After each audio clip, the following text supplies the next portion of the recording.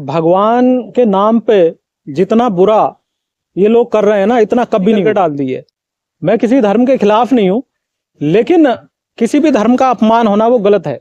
धर्म धारणा से बनता है और राजनीति अलग और धर्म अलग होना चाहिए। जो गरीब समाज है वो पहले भी दला जा रहा था और आज भी दला जा रहा है, इसका कोई सोचने वाला नहीं है। और जो दलित समाज से भी जो नेता निकलते हैं ना, उनको पता नहीं संसद में पहुंचते ही क्या हो जाता है।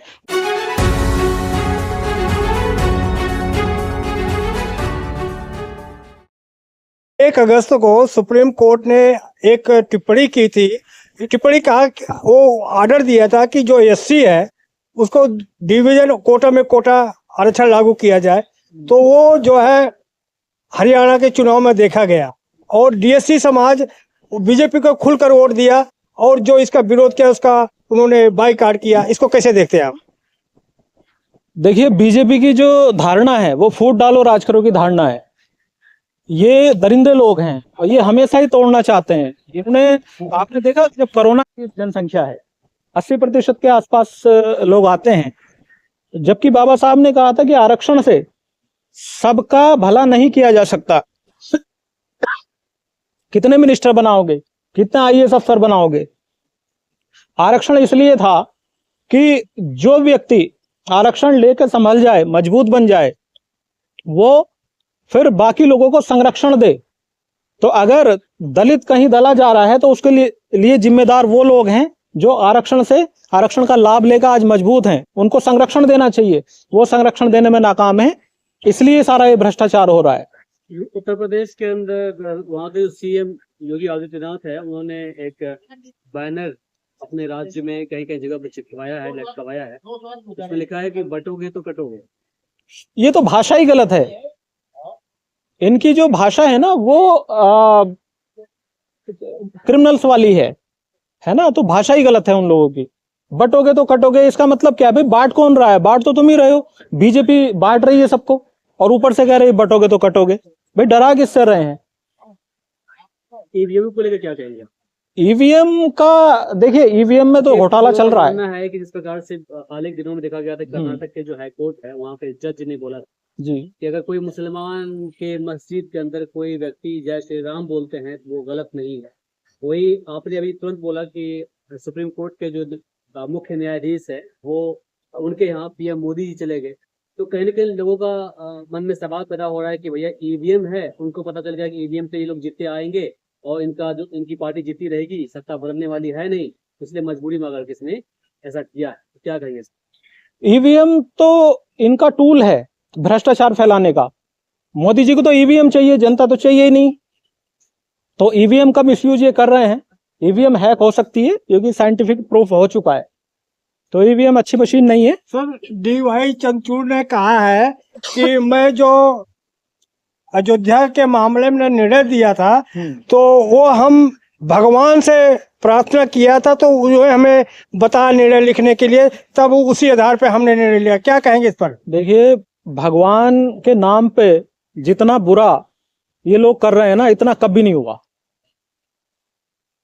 इस पे पहले भी मैंने एक बयान दिया था कि श्री राम मोदी जी से छोटे हैं, है ना। पूरा इन्होंने बेइज्जती करके डाल दी है। मैं किसी धर्म के खिलाफ नहीं हूं, लेकिन किसी भी धर्म का अपमान होना वो गलत है। धर्म धारणा से बनता है और राजनीति अलग और धर्म अलग होना चाहिए। आज मैं देख रहा हूं कि हमारे खून पसीने की कमाई से, जनता के खून पसीने की कमाई से हमारी संसद चलती है, उसका पैसा हम लोग भरते हैं, जनता भरती है, और वहां ये चटकुल्ले सुनाते हैं, वहां ये लोग चौपाई सुनाते हैं। क्या चौपाई सुनाने के लिए हम लोग टैक्स देते हैं इनको? जबकि मुद्दा वहां विकास का होना चाहिए, डेवलपमेंट का होना चाहिए। आज की तारीख में सारा कुछ जो है धर्म के हिसाब से ही चल रही है। धर्म को, राजनीति ही धर्म, हाँ, धर्म को धंधा बना दिया है इन लोगों ने, जबकि ये गलत है। धर्म आस्था का विषय है। देखिए, हमें काम करने के लिए जो देवालय, हमें काम करने के लिए जो कर्मस्थली, उसमें 10-11 घंटे चाहिए, 12 घंटे भी लोग काम करते हैं। लेकिन मंदिर, मस्जिद, गुरुद्वारे में हम कितना, सुबह 10 मिनट जाते हैं, 15 मिनट जाते हैं। तो व्यवस्था इन लोगों को कायम करनी नहीं आती, इसलिए जरूरी है कि जनता समझे और बीजेपी सरकार जितनी जल्दी हटा सकते हैं इसको हटाएं, और जो अच्छे लोग हैं, जो क्रांतिकारी लोग हैं, उनको आगे जनता मौका दे ताकि वो अच्छे काम करें, वरना जनता टैक्स भरती रहेगी, जनता का शोषण होता रहेगा और ये लोग चौपाई और अपना गुलछर्रे उड़ाते रहेंगे संसद में, जनता के पैसे से ये ऐशोआराम करते रहेंगे। जनता महंगाई से त्रस्त हो रही है, घर में लोगों के राशन नहीं होता, घर में लोगों के लिए गैस नहीं होती है, गैस के सिलेंडर के भाव इतने बढ़ा दिए हैं। महंगाई कौन कौन कम करेगा? महंगाई किसकी जिम्मेदारी है? सरकार की जिम्मेदारी है। तो ये भ्रष्ट दरिंदी सरकार है।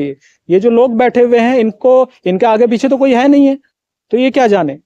तो मैं तो उनसे आह्वान करूंगा जो पीड़ित समाज से निकल के आए हैं, 131 132 सांसद जो हमारे होते हैं, वो क्यों इनके तलवे चाट रहे हैं।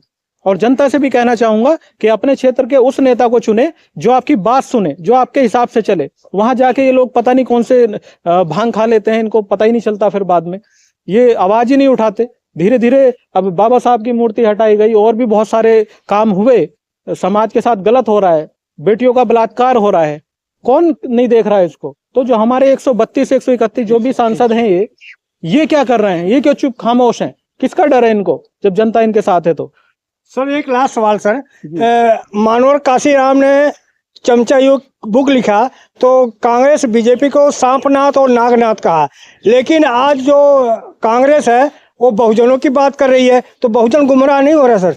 देखिए, बहुजन का शोषण हुआ है और आज भी हो रहा है। पहले देखिए, बाबा साहब का टकराव किस पार्टी से था? ये कांग्रेसी पार्टी थी जो कि अधिकार नहीं दे रही थी। पहला टकराव इन्हीं के साथ था। उसके बाद कांग्रेस ने खूब शोषण किया। आज जब उनको जरूरत है वोट बैंक की, आज उनको जरूरत है दलित लीडर्स की, है ना, तो तब वो अंबेडकर जी चिल्ला रहे हैं। वैसे ही ये लोग करते हैं बीजेपी वाले। तो हमारा जो पीड़ित समाज है, जो गरीब समाज है, देखिए दलित वो है जो पीड़ित है, जो गरीब है, जो गरीब समाज है, वो पहले भी दला जा रहा था और आज भी दला जा रहा है। इसका कोई सोचने वाला नहीं है। और जो दलित समाज से भी जो नेता निकलते हैं ना, उनको पता नहीं संसद में पहुंचते ही क्या हो जाता है। वो पीछे के लोगों को भूल जाते हैं, वो आरक्षण से अपनी समस्या खत्म कर लेते हैं, अपनी गरीबी मिटा लेते हैं, लेकिन जनता का बिल्कुल नहीं सोचते हैं वो, है। तो ये कौन करेगा? किसकी जिम्मेदारी है? तो मैं एक आखिर में यही कहना चाहूंगा कि अगर दलित समाज का कहीं शोषण होता है तो दलित नेता जिम्मेदार हैं। ये क्यों नहीं क्रांति करते? ये क्यों नहीं सड़क पे आते? ये क्यों नहीं विरोध करते? संसद में हंगामा क्यों नहीं मचाते ये लोग? ये किस लिए भेजे हैं हमने? इनसे जवाब तलब होना चाहिए। और अगर ओबीसी समाज का कहीं शोषण होता है तो ये ओबीसी नेता जो है, इनको पकड़ना चाहिए, इनको रोकना चाहिए। ये जो एमएलए एमपी है ना, इनके हाथ में बहुत कुछ पावर होती है। जनता उतना जानती नहीं है, और जो लोग जानते हैं वो बोलते नहीं है, क्योंकि उनको डर होता है। ठीक है, जय हिंद, जय भारत।